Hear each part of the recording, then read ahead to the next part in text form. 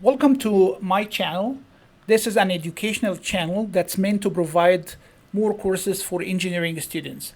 In my channel so far you can find one course that's computational thermal hydraulics or computational fluid mechanics, mainly addressing the finite volume method. Then I thought for those interested more into the fundamentals of fluid mechanics, which directly impacting both mechanical engineer, civil engineer, and nuclear engineer. Specifically for nuclear engineering, if you are interested in thermal hydraulics or for those interested in computational fluid mechanics, I thought it's very important for you to become familiar with the fundamentals of fluid mechanics, and that's the motivation behind that course. Hopefully, with the upcoming courses, I would look into more the basics like thermodynamics and heat transfer, so we can have an integrated package of courses that would help most disciplines of engineering. So let's get started with the fluid mechanics course. I would like to start with the definition of what is a fluid. That's a very common question, and we need to understand what is a fluid. We know that material can be exist in three different shapes, right? Materials can be exist in solid, liquids, and gases. And when we try to graphically presenting the three different matters of material, we usually draw the molecules of a solid very close to each other, and this closeness between the molecules is what actually determine the strength of the solid material. When you try to graphically presenting the liquid, we put the molecules spaced a little bit more than the solids, right? And when it comes to gases, we know that there is more freedom of motion between the molecules because the intermolecular distances between molecules is much larger. And the closer the molecules, the higher the bonding force between these molecules, and this is what gives the strength for each one. So solids are has more strength than liquid than gas phase, right? And we know that from general observation that solids does not shape itself in a container, while liquids and gases can shape themselves in a container, right? That's why we like to call solid as they have strong, they are memory substances,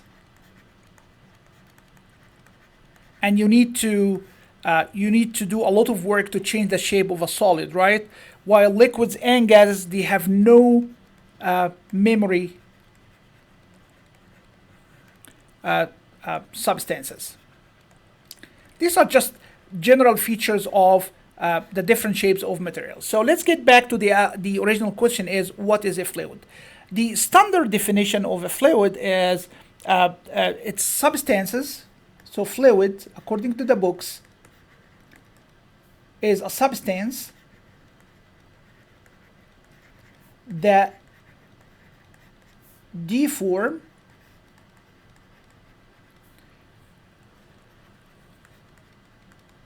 continuously under the action of force of any magnitude. Fix that.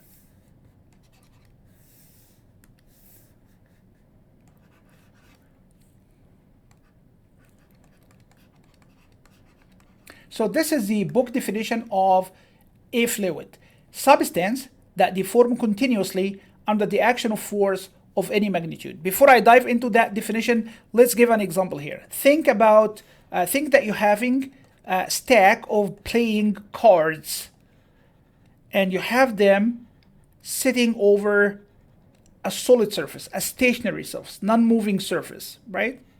Then you would like to apply by your hand a force pushing that stack of playing cards. What's going to happen? We know that, and we have noticed that many times.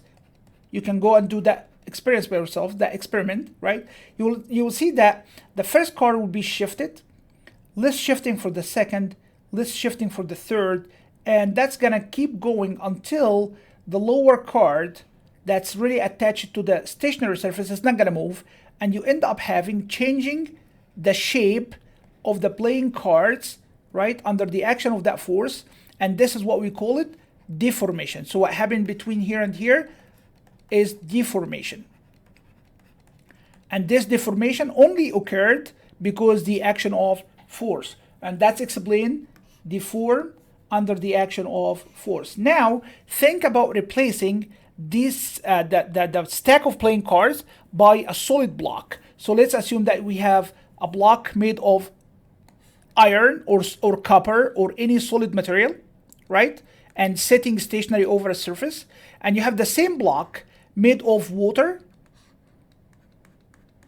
So think this is copper, this is H2O, that's water, and think about a third block that's made of air. Now let's apply force for each one of these blocks. What's going to happen to the copper piece? You're going to tell me it depends on the magnitude of the force. If the force is really big enough, it will deform the copper, right? But if it's really tiny, maybe it's not going to impact the copper. Or if there is even a large force applied to the copper, it's going to deform, but maybe that deformation will not be continuously, right? But if you apply the same force you're applying to the copper, then over a block of water, and you keep that force applied all the time, the water block will continue to shape, deform continuously under the action of force. And maybe the small value of applied force doesn't work with the copper, but it could be enough to deform the liquid block, because we know that the forces that holding the molecules is much less compared to the solid. Same becomes very easy for the gas. If you apply the same force, you will guarantee that even with a small value of that force, the gas will deform and will deform continuously. So there is one exception in that definition here, is the last portion of that definition, is regardless of the magnitude of that force, deformation has to continuously occur, right? And this exceptional here is actually excluding the solid material from the definition of a fluid. But this definition is highly applied to liquids and gases. And that's what conclude the definition of fluids, usually known as the combination of liquids plus gases. And this now concludes the definition of a fluid.